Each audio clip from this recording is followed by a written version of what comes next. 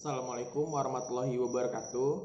Perkenalkan, saya Teguh Adi Kusuma, NIM E173 dari Departemen Manajemen Hutan, Fakultas Kehutanan IPB.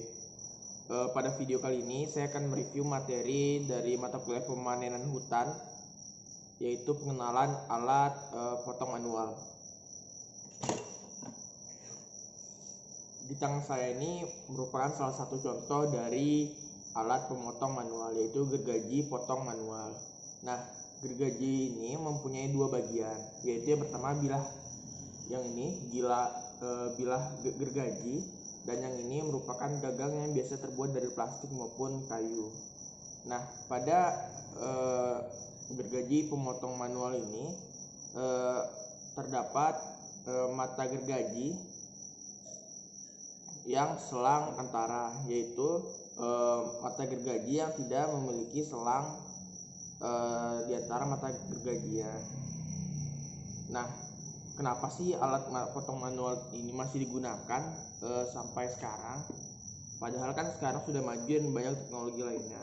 Nah, ternyata ada berbagai macam kelebihan dari alat potong gergaji manual, yaitu diantaranya mudah digunakan, tidak perlu atau tidak memerlukan keahlian khusus, ramah lingkungan karena tidak menggunakan bahan bakar sebagai penggeraknya. Namun gergaji potong manual ini juga memiliki beberapa kelemahan, diantaranya yaitu memerlukan tenaga manusia yang lebih besar karena sebagai penggerak dari gergaji ini ialah tenaga manusia. Tentu saja hal ini melelahkan dalam pengerjaannya. Dan juga alat potong ini dirawat dengan melakukan penajaman. Nah, istilah untuk melakukan penajaman pada gergaji disebut dengan pengikiran, menggunakan alat pengikir ini. Nah, sebenarnya alat ini gagangnya bukan seperti ini teman-teman, tapi berhubung karena gagangnya sudah rusak dan agar tidak hilang dan mudah digunakan, akhirnya dimodifikasi saja seperti ini. Nah, cara untuk pengikiran yaitu dengan mengikir mata gergaji searah dan selang-seling untuk setiap mata gergaji, karena nantinya mata gergaji ini akan dibuat selang-seling kanan kiri untuk penajamannya agar bisa untuk memotong benda seperti bilah kayu. Kurang lebih caranya seperti ini teman-teman.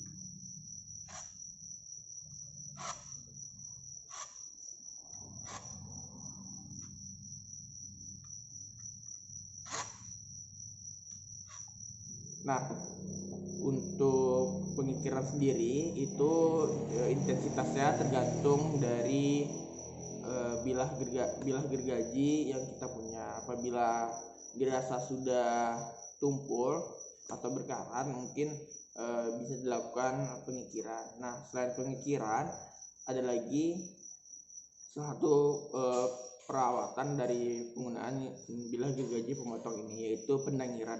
Apa itu pendangiran? Pendangiran ialah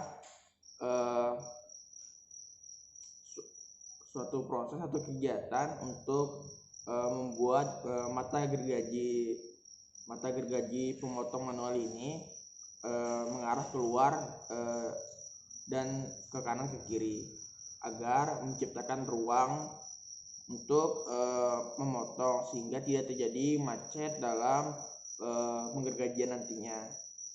Nah, untuk gergaji sendiri terbagi dua, itu ada gergaji pemotong dan gergaji bilah. Nah, yang saya pegang ini merupakan gergaji pemotong karena hanya mempunyai cutter atau memotong saja, tidak terdapat raker untuk pembersih dari serbuk pemotongan. Nah, seringkali dalam penggunaan gergaji pemotong manual kita mengalami macet saat penggergajian. Nah, apa sih yang menyebabkan macet dalam penggergajian? Yaitu kurang tajamnya mata gergaji, lalu juga adanya mata gergaji yang patah sehingga mengakibatkan penumpukan saat pemotongan, yaitu penumpukan serbuk sisa pemotongan. Nah, bagaimana sih caranya agar gergaji manual ini tidak mengalami macet saat dilakukan penggergajian, yaitu dengan cara perawatan dari gergaji ini tersendiri, yaitu dengan cara pengikiran dan pendangiran yang sudah saya jelaskan tadi. Dan juga kita juga harus memperhatikan penyimpanan dari gergaji tersebut, sebab jika kita menyimpannya di tempat yang lembab dan basah, besar kemungkinan akan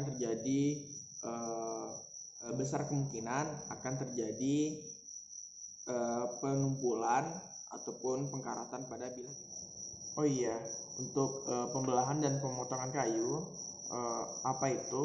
Pemotongan kayu ialah memotong kayu tegak lurus terhadap arah serat dari kayu tersebut. Nah, kalau untuk pembelahan kayu, yaitu memotong kayu sejajar dengan arah serat. Nah, kalau untuk pemotongan, misalkan ini balok kayu yang tegak lurus. Nah, bisa kita lihat bahwa seratnya ini mengarah secara vertikal ya. Dan untuk pemotongan kayu, yaitu memotong dengan tegak lurus arah serat, itu seperti ini teman-teman. Nah, kalau untuk pembelahan kayu sejajar dengan arah serat, nah berarti pemotongannya seperti ini teman-teman. Nah, mungkin itu saja yang dapat saya sampaikan, lebih dan kurangnya saya mohon maaf. Assalamualaikum warahmatullahi wabarakatuh.